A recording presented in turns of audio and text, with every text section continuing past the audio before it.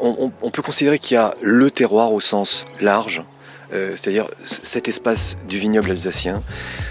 Pourquoi est-ce qu'il y a des vignes dans ce vignoble alsacien? C'est que c'est un lieu absolument exceptionnel, unique au monde sur le plan géologique, parce que c'est une zone de faille. C'est une zone en fait de rupture, puisque les Vosges que vous avez là et la forêt noire qu'on voit au loin en Allemagne formaient un seul massif qui s'est effondré et qui a formé la plaine du Rhin. Et en fait le vignoble se trouve sur cette faille et il y a 13 configurations géologiques différentes qui se trouvent affleurées en fait dans le vignoble et qui expliquent d'ailleurs pourquoi dans le vignoble d'Alsace on a autant de cépages.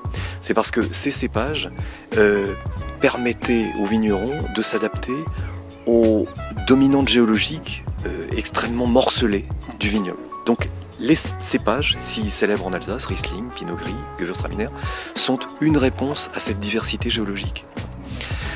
Donc il y a du calcaire, il y a du granit, il y a du volcanique, il y a des schistes, il y a vraiment une très très grande variété géologique.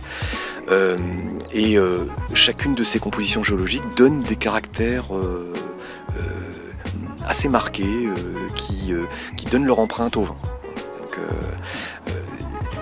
c'est là qu'on passe du terroir au singulier au terroir au pluriel, puisque les petits terroirs, les petites parcelles, ces petites unités géologiques et climatiques donnent des caractéristiques spéciales au vin, notamment dans les grands crus, qui sont justement 51 lieux-dits délimités dans les meilleurs sites en termes de pente, en termes d'exposition, géologiquement et climatiquement.